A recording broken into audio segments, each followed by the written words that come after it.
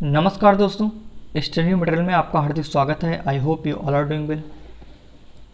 आज मैं डिस्कस करूंगा आरआरबी एनटीपीसी टारगेट 15 दिसंबर रीजनिंग क्रैश कोर्स। तो रीजनिंग क्रैश कोर्स की ये सीरीज चल रही है, इसका पार्ट 4 है और इसमें आप लोगों को काफ़ी कुछ सीखने को मिलेगा और यहीं से आपको क्वेश्चन एग्जाम में देखने को मिलेगा, ये मैं दावे के साथ कह रहा हूँ। तो वीडियो को लास्ट तक देखिएगा, आपको डेफिनेटली यहाँ पर काफ़ी अच्छी चीज़ें यहाँ पर रीजनिंग के शॉर्ट ट्रिक्स वगैरह और अच्छे क्वेश्चन आपको देखने को मिलेंगे। तो वीडियो को लास्ट तक देखिएगा। तो चलिए शुरू करते हैं। पहला क्वेश्चन है, यदि कैट को 12 लिखा जाता है तो मैन को क्या लिखा जाएगा। यहाँ पर कैट को क्या लिखा जा रहा है 12, CAT को कितना लिखा जा रहा है, CAT को क्या लिख रहा है 12, तो मैन को क्या लिखा जाएगा। अब सबसे पहले आपको ये फाइंड आउट करना है कि कैट से 12 लाया कैसे, कैट से 12 लाया कैसे जाए। तो सीधा सिंपल सा तरीका है। सबसे पहले आप नंबरिंग करो इसकी। 3 प्लस 1 का कितना होता है 1 प्लस t का कितना होता है 20, इनको आपस में जोड़ दो। तो इनको जब आपस में जोड़ोगे तो 3 और 1 4 और 20 4 24, 12 तो आया ही नहीं। अब 24 तो आ गया। अब 24 को अगर मैं 2 से डिवाइड कर दूं तो मुझे 12 मिल जाएगा ना, इसमें किसी को कोई डाउट नहीं होना चाहिए, 12 मिल जाएगा। तो यही लॉजिक लग रहा है इसमें। 12 आ गया कैसे, मैंने क्या किया, सबका इंडिविजुअल नंबर लिख के ऐड कर दिया। कितना आया 24 और उसको डिवाइड कर दिया 2 से, कितना आ गया 12। मैन में भी ऐसे ही करना है, क्योंकि जो लॉजिक इसमें लगेगा वही लॉजिक इसमें लगेगा, मैन में लगेगा। तो मैन यानी कि m की प्लेस वैल्यू कितनी होती है 13, प्लस a की प्लेस वैल्यू कितनी है 1 और n की प्लेस वैल्यू कितनी होती है 14। इनको आपस में ऐड कर लो। तो 13 है 14, 14 और 14 कितना हो गया 28 और 28 को 2 से डिवाइड कर दोगे कितना आ जाएगा, आप 28 को 2 से डिवाइड करो कितना आ जाएगा 14। तो आपका 14 आंसर हो जाएगा। ये बिल्कुल हलवा सा कॉन्सेप्ट है। नेक्स्ट क्वेश्चन की तरफ चलते हैं।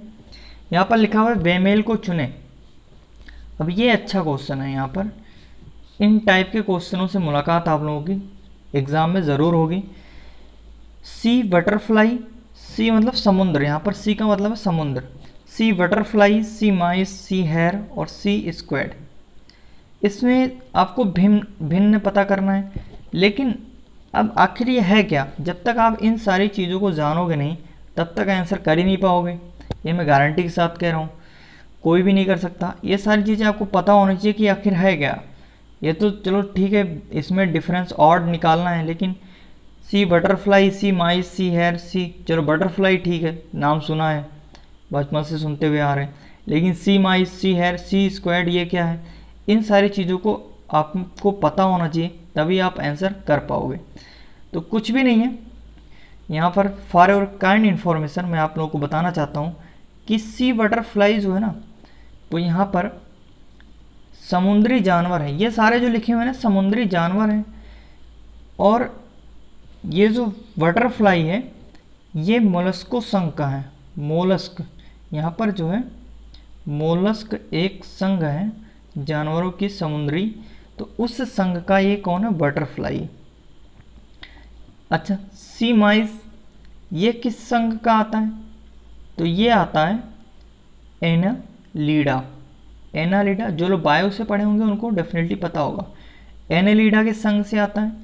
सी हेयर की अगर हम बात करें तो ये भी मोलस्क से आता है, और सी स्क्वाड ये भी मोलस्क से आता है। तो आपको पता चल गया हो कि ऑड कौन सा होगा, सी माइस होगा, क्योंकि ये एनालीडा से आता है, बाकी तीनों किससे हैं मोलस्क से। अच्छा, एनालीडा का मतलब ये होता है कि वह जानवर जो समुद्री जानवर होते हैं उनकी लंबाई क्या होती है, ज़्यादा होती है। समुद्र में जो जानवर रहते हैं एनालीडा के संघ के, वो उनकी लंबाई ज़्यादा होती है और उनके त्वचा पर एक अंगूठी जैसा निशान होता है, रिंग जैसा निशान उनकी जो है त्वचा पे होता है, और उनकी लेंथ जो है वो ज़्यादा होती है। और मोलस्क संघ के जो जानवर होते हैं समुद्री, वो एक प्रकार का शांत उनके पास कवच होता है। तो ये डिफरेंस होता है। तो इस क्वेश्चन का जो राइट आंसर हो जाएगा वो हो जाएगा सी माइस। सी माइस इसका राइट आंसर हो जाएगा। तो आई होप कि सारी चीज़ें क्लियर होंगी। अगर वीडियो अच्छा लगे तो प्लीज़ लाइक कीजिएगा और शेयर कर दीजिएगा ज़्यादा से ज़्यादा। और जो लोग इस वीडियो को पहली बार देख रहे हैं चैनल को सब्सक्राइब कर लेंगे, बेल आइकन को प्रेस कर लेंगे ताकि उन्हें डेली का अपडेट मिलता रहे। नेक्स्ट क्वेश्चन है कि निश्चित कूट भाषा में फोर्स को लिखा जा रहा है FCROE तो उस कोड भाषा में किस शब्द को डेयरी के रूप में लिखा जाएगा। अब जैसे फोर्स को लिखा जा रहा है उसी तरीके से इसको लिखा जाएगा। तो यहाँ पर हम देखते हैं कैसे लिख रहा है ये, FORCE। अब देखो यहाँ पर इसके नीचे आप लिख दो इसको FCRO और E। देखो अगर आप ध्यान से देखोगे तो लास्ट और फर्स्ट वाले में कोई भी परिवर्तन नहीं कर रहा है। तो हम इस वाले जो ये वाला लिखा है डेयरी, इसमें भी लास्ट और फर्स्ट वाले में कोई भी परिवर्तन नहीं करेंगे। लेकिन ऑप्शन में अगर आप देखोगे तो ऑप्शन में भी उसने जो है वैसे सेम रख रखा है। तो यहाँ पर चीज़ें ध्यान से करने वाली होंगी। अब उसके बाद फिर क्या किया हुआ है कि जो सेकंड लास्ट है उसको सेकंड फर्स्ट पे ले आया, और जो सेकंड फर्स्ट पे है उसको यहाँ पर सेकंड लास्ट में ले आया। इस तरीके से उसने परिवर्तन कर दिया है। तो सेम चीज़ हम ऐसे ही करेंगे इसमें डेयरी में। अब जो आर की जगह है वो आई आ जाएगा। अब देखो किस ऑप्शन में आई सेकंड पोजीशन पे आ रहा है। ऑप्शन नंबर सेकंड एलिमिनेट हो जाएगा, ऑप्शन नंबर थर्ड एलिमिनेट हो जाएगा, बचेगा कौन, ऑप्शन नंबर फर्स्ट और ऑप्शन नंबर फोर्थ। आगे चेक करोगे आप तो लास्ट में आपको आना चाहिए यहाँ पर आर, और लास्ट में आर फोर्थ वाले में है नहीं, यानी कि सेकंड लास्ट में क्या आना चाहिए, आर आना चाहिए। तो सेकंड लास्ट में आर जो है वो पहले स्थान में है। तो यही आपका राइट आंसर हो जाएगा। तो इस अप्रोच के तहत आप क्वेश्चन करोगे तो आपका definitely with in 10 second question solve हो जाएगा। नेक्स्ट क्वेश्चन है, निम्नलिखित प्रश्न में दिए गए विकल्पों में से संबंधित संख्या को चुनिए। यहाँ पर लिखा हुआ है ए की पी को लिखा हुआ है 11, 21, 256। अब इतना बड़ा नंबर कैसे करेंगे, तो कुछ भी नहीं है, जो ए के पी है ना उसको क्या कर रहा है, स्क्वायर कर दे रहा है। कैसे स्क्वायर कर रहा है, देखो इतनी बड़ी संख्या है तो जाहिर सी बात है स्क्वायर या क्यूब से ही आएगी, मल्टीप्लाई करने से तो आने वाली नहीं है, ना सब्ट्रैक्ट करने से आने वाली, ना ऐड करने से आने वाली। तो इसका जाहिर सी बात है कि क्या किया गया है, यहाँ पर स्क्वायर किया गया है, और ए की प्लेस वैल्यू होती है 1, और के की प्लेस वैल्यू होती है 11, और पी की प्लेस वैल्यू होती है 16। मैंने पिछले वीडियो में आप लोगों को बताया था कि आप लोग स्क्वायर रूट जरूर याद कर लीजिए, कम से कम 40 तक स्क्वायर और 25 तक क्यूब। तो एक का तो नॉर्मल सबको पता होता है, एक का स्क्वायर 1, तो 11 का स्क्वायर कितना होता है 121, वही लिखा हुआ है, और 16 का स्क्वायर कितना होता है 256। तो वही मेथड इसमें अप्लाई कर दो एल एन ओ वाले में। तो एल का स्क्वायर कितना होता है, एल का नंबर कितना होता है 12, और 12 का स्क्वायर कितना होगा 144, और 14 का स्क्वायर कितना 196। तो 144 96 किस ऑप्शन में है, वही आप क्या कर दो आंसर, ये सेकंड वाला मिल गया। तो ये आपका क्या हो जाएगा, आंसर हो जाएगा। पूरा आपको सॉल्व करने की ज़रूरत भी नहीं है, सेकंड ही थोड़ी सॉल्व करोगे आपका आंसर आ जाएगा। नेक्स्ट क्वेश्चन की तरफ चलते हैं। ये अच्छा क्वेश्चन है, यहाँ पर ये जो सीटिंग अरेंजमेंट का क्वेश्चन है तो ये तो सॉल्व करना पड़ेगा आपको, यहाँ पर डायग्राम बनाना पड़ेगा, बिना डायग्राम बनाए आप क्वेश्चन सॉल्व नहीं कर पाओगे। इसमें लिखा हुआ है सेब, केला, चेरी, स्ट्रॉबेरी, ब्लूबेरी, अंगूर, अमरूद और जामुन एक गोलाकार मेज के चारों ओर रखे हैं। अब यहाँ पर आपको टेबल बनाना पड़ेगा। तो टेबल का मतलब आप इस तरीके से, जो लोग मेरी सीटिंग अरेंजमेंट की वीडियो देखी होगी उनको इसको सॉल्व करने में कोई भी प्रॉब्लम नहीं होगी। इसको तो अगर आप चाहो तो एक ही डायग्राम में सॉल्व कर सकते हो, लेकिन जो है सिक्योरिटी के लिए आप डबल डायग्राम से सॉल्व करिए तो ज़्यादा सही होगा। इसमें मैं शॉर्ट फॉर्म की यूज़ करूँगा, लेकिन आप लोग एग्जाम में शॉर्ट फॉर्म मत यूज़ करिएगा, क्योंकि हमारे पास यहाँ पर स्पेस नहीं है। आप लोगों के पास वहाँ पर स्पेस होगा, पेपर मिलेगा बाकायदा, तो वहाँ पर आप 2 डायग्राम बनाइएगा और बाकायदा पूरा नाम लिखिएगा। मैं भी कोशिश करूँगा पूरा जो है आपको नाम लिखने की, वैसे तो मैं जो है बोल रहा हूँ तो आपको समझ में आ जाएगा। यहाँ पर कंडीशन है, अब देखो यहाँ पर ये मत कहना कि सेंटर देख रहे हैं आउट सेंटर, क्योंकि फ्रूट है, फ्रूट तो भाई सेंटर और आउटसाइड तो होता नहीं है, वो तो रखे हैं बस प्लेस में। तो अगर पर्सन बैठे होते तब हमें देखना होता कि कौन कहाँ पर अंदर देख रहा है या बाहर देख रहा है। तो इसमें फ्रूट्स के बारे में आपको अंदर बाहर की कोई ज़रूरत नहीं है, बस आपको रख देना है यहाँ पर। तो अंगूर और अमरूद के ठीक बीच में स्ट्रॉबेरी रखा हुआ है।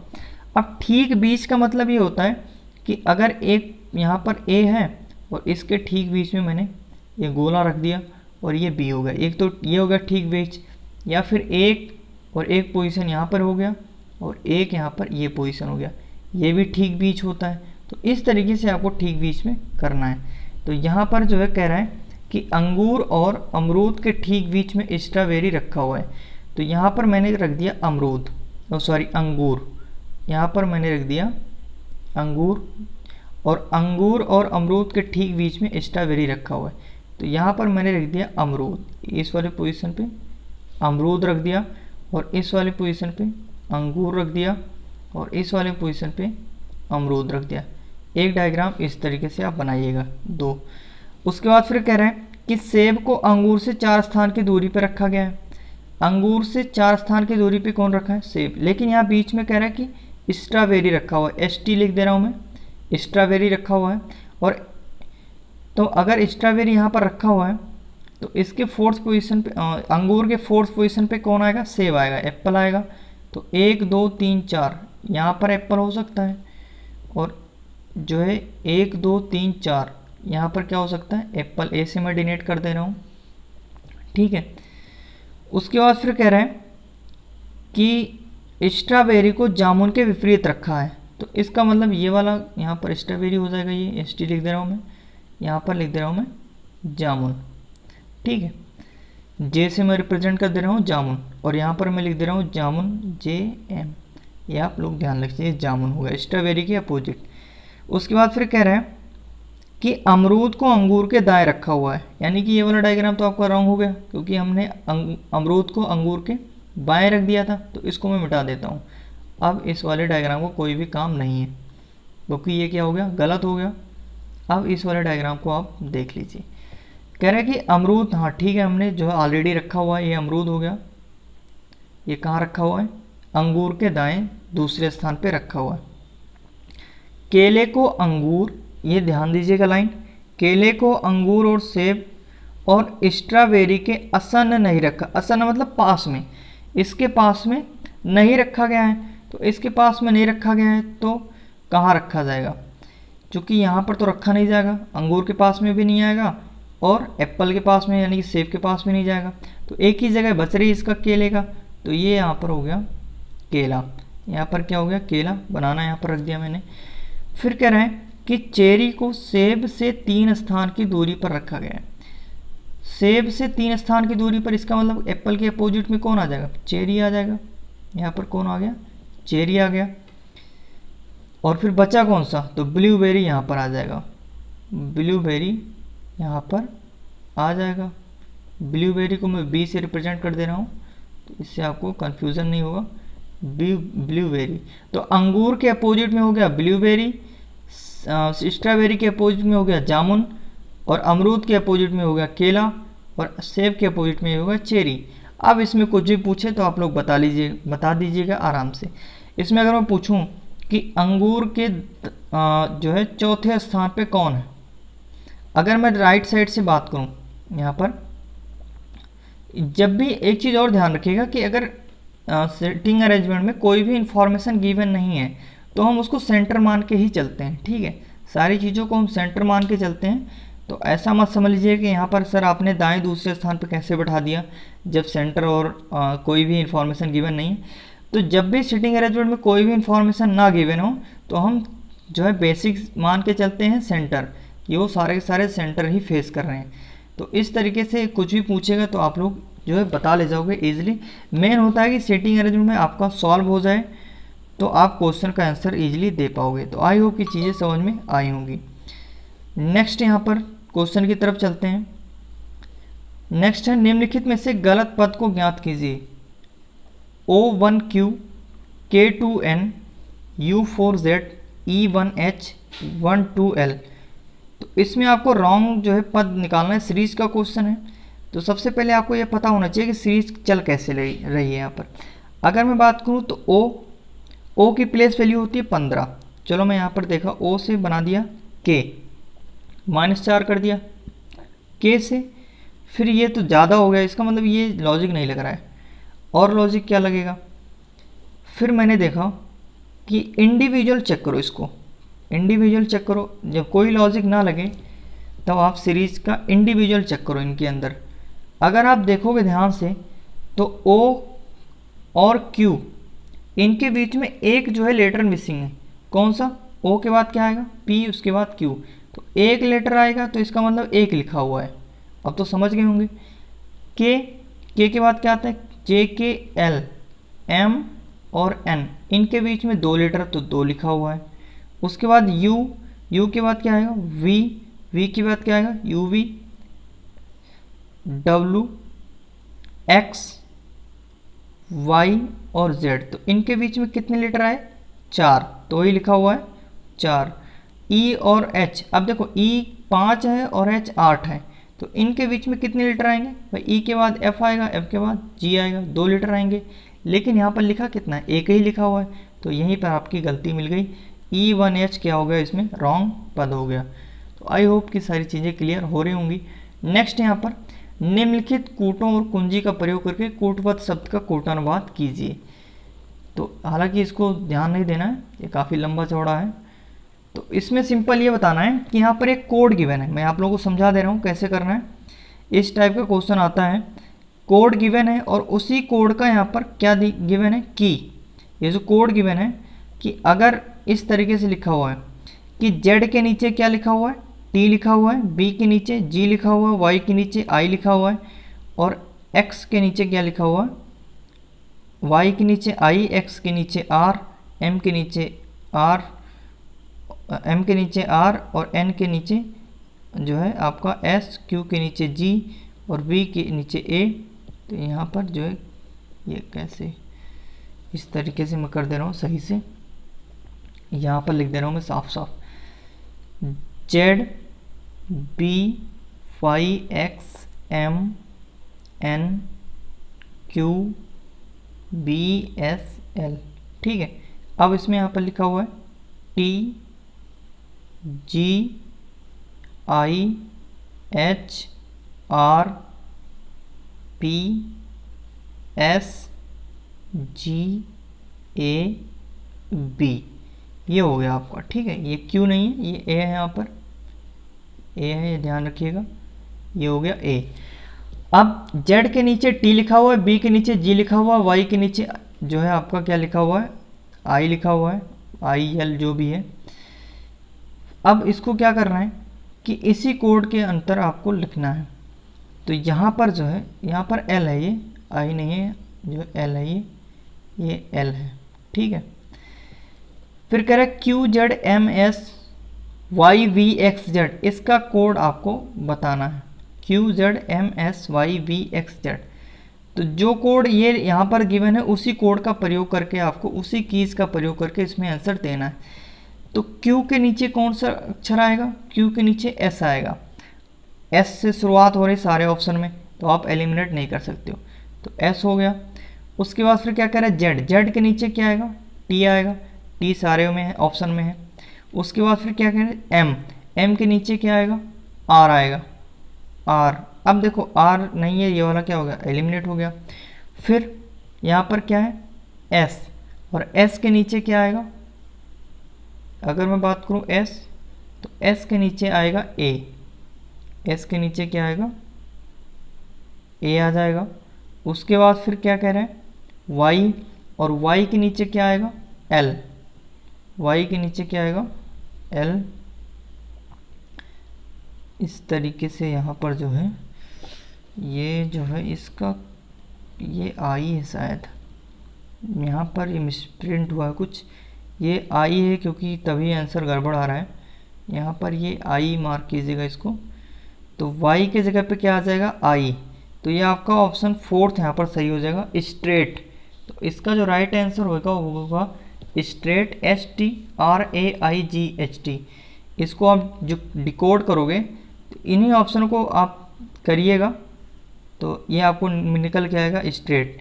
ये वाई के जगह पे आएगा आई, और फिर आपको क्या बताना है वी, वी के जगह पे क्या आएगा यहाँ पर जो है जी, और एस के जगह पे आएगा आपका एक्स के जगह पे क्या आ जाएगा एच, और जेड के जगह पे आएगा टी। तो स्ट्रेट आपका राइट आंसर हो जाएगा। नेक्स्ट क्वेश्चन की तरफ चलते हैं। एक निश्चित कूट भाषा में गुलाबी को पीला, पीले को सफ़ेद, सफ़ेद को काला और काले को नारंगी के रूप में लिखा जाता है। तो पके हुए आम का रंग, तो पका हुआ आम किस तरीके से होता है, हरा नहीं, हरा तो नहीं होता है, पीला होता है, तो पीले को क्या करें सफ़ेद, तो सिंपल सा इसका राइट आंसर हो जाएगा सफ़ेद। तो इस क्वेश्चन का राइट आंसर सफ़ेद। नेक्स्ट क्वेश्चन की तरफ चलते हैं। तो अगला क्वेश्चन है, सुरेश, कौशल, मधुर, अमित और रमेश 5 दोस्त हैं। सुरेश कौशल से छोटा है। तो ये ऑर्डर एंड रैंकिंग का क्वेश्चन है, सीक्वेंस का क्वेश्चन है। तो इसको भी बहुत ही सिंपल वे में सॉल्व करने का तरीका मैं बताऊंगा कि किस तरीके से सॉल्व करेंगे। तो कुछ लोग तो इस क्वेश्चन को अप एंड डाउन सॉल्व करते हैं इस तरीके से, लेकिन ये मेथड आप लोग मत फॉलो कीजिएगा। जो तरीका मैं बता रहा हूँ उसको फॉलो कीजिएगा, बेस्ट रहेगा सॉल्व करने के लिए। तो यहाँ पर कह रहा है कि सुरेश कौशल से छोटा है परंतु रमेश से थोड़ा बड़ा है। यहाँ पर ये सुरेश नहीं रमेश है, रमेश से थोड़ा लंबा है। तो मैंने लिखा यहाँ पर कौशल और फिर सुरेश और उसके बाद फिर लिखा रमेश। इस तरीके से आप कर सकते हो। देन फिर कह रहे हैं मधुर सबसे लंबा है, यानी कि इन सब में मधुर सबसे लंबा हो गया। फिर आगे कह रहा है कि अमित कौशल से थोड़ा छोटा है। अमित जो है वो कौशल से थोड़ा छोटा है परंतु सुरेश से थोड़ा लंबा है। तो यहाँ पर जो है कौशल को थोड़ा और इधर कर दो सेकंड पोजीशन पे। तो यहाँ पर होगी कौशल और यहाँ पर हो गया अमित। तो ये हो गया आपका फाइनल बन के तैयार हो गया। अब इसमें कोई भी प्रॉब्लम हुई नहीं। तो आप पूछा गया इसमें सबसे छोटा कौन है, सबसे छोटा कौन हो जाएगा, रमेश। सबसे छोटा रमेश हो जाएगा इस तरीके से। तो अगर इसको थोड़ा सा मॉडरेट करेगा तो यहाँ पर वेट वगैरह दे देगा या हाइट दे देगा, बोल देगा कि जो है यहाँ पर मधु की जो हाइट है वो 35 मीटर है और सुरेश की हाइट जो है वो 20 मीटर है। तो अमित की हाइट कितनी होगी या फिर सुरेश की हाइट कितनी होगी या फिर कौशल की हाइट कितनी होगी। तो इस तरीके से वो ऑप्शन के ऊपर डिपेंड करेगा और क्वेश्चन के लेवल के ऊपर डिपेंड करेगा।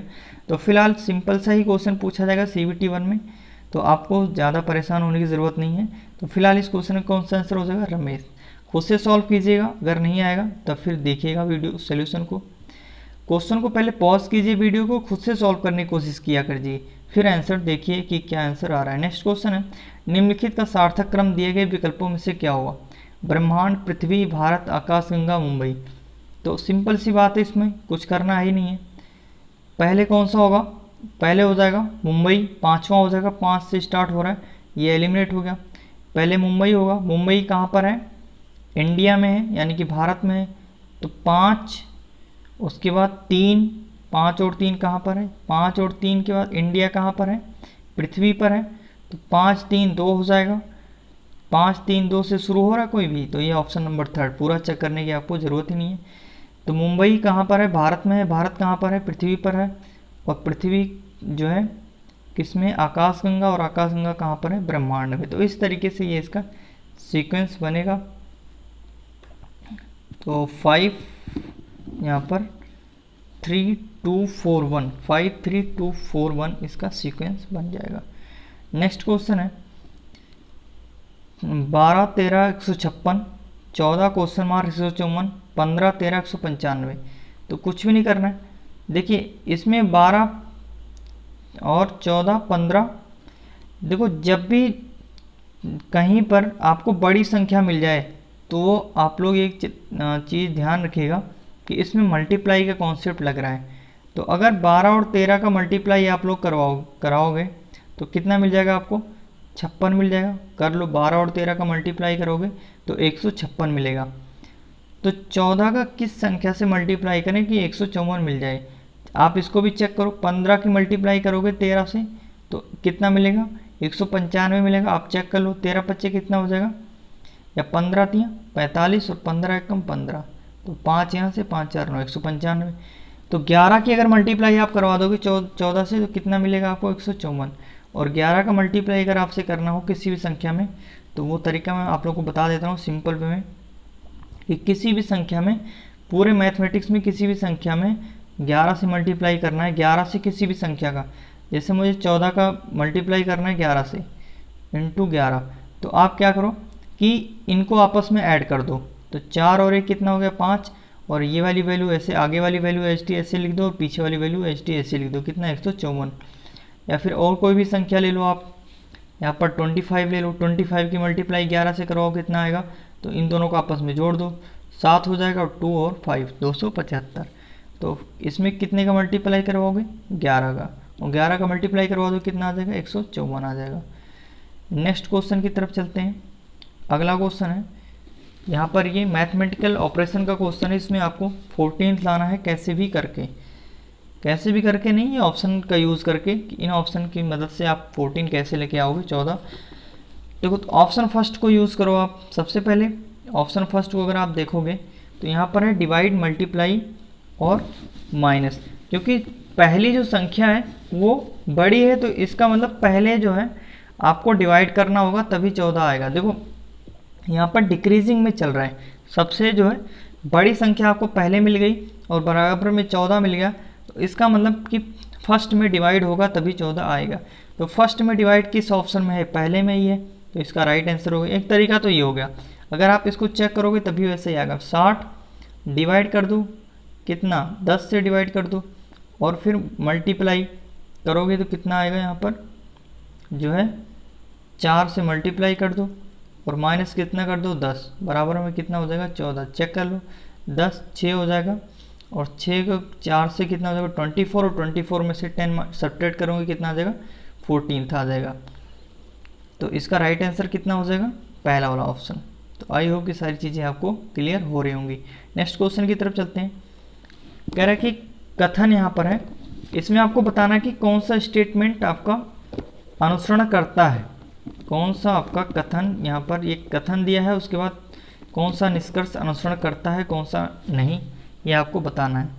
कह रहा है कि शिकागो सबसे जो है महंगा शहर है, शिकागो सबसे महंगा शहर है, ये तो कथन में कह रहा है, स्टेटमेंट में कह रहा है।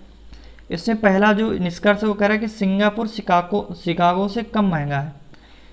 फिर कह रहा है अंगोला सिंगापुर से महंगा है। अब इन दोनों निष्कर्ष से कहीं आपको ये पता चल रहा है कि इसमें तो बोल दिया स्टेटमेंट है कि शिकागो सबसे महंगा शहर है, तो क्या सिंगापुर शहर है, शहर के बारे में कोई इन्फॉर्मेशन मिल रही है कि हाँ ये सिंगापुर शहर है, ऐसा तो कहीं लिखा नहीं है। शिकागो क्या है, शिकागो तो शहर के बारे में बोल रहा है, लेकिन सिंगापुर शहर है या कंट्री है ये हम नहीं बता सकते हैं, तो पहला तो ऑटोमेटिक रॉन्ग हो जाएगा।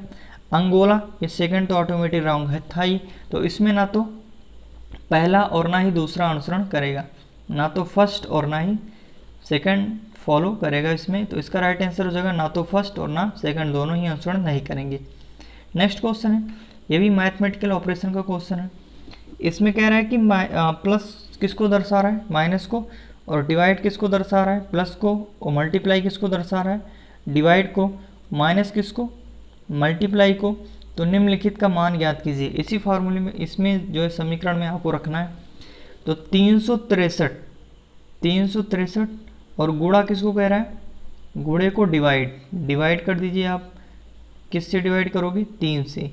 मल्टीप्लाई क्या मतलब, डिवाइड का मतलब क्या होता है प्लस, माइनस का मतलब क्या होता है मल्टीप्लाई, कितना हो जाएगा 15, और डिवाइड का मतलब क्या हो रहा है यहाँ पर प्लस, कितना 20, और प्लस का अर्थ क्या है यहाँ पर माइनस, तो माइनस कितना हो जाएगा 1। तो ये समीकरण मैंने चेंज कर दिया।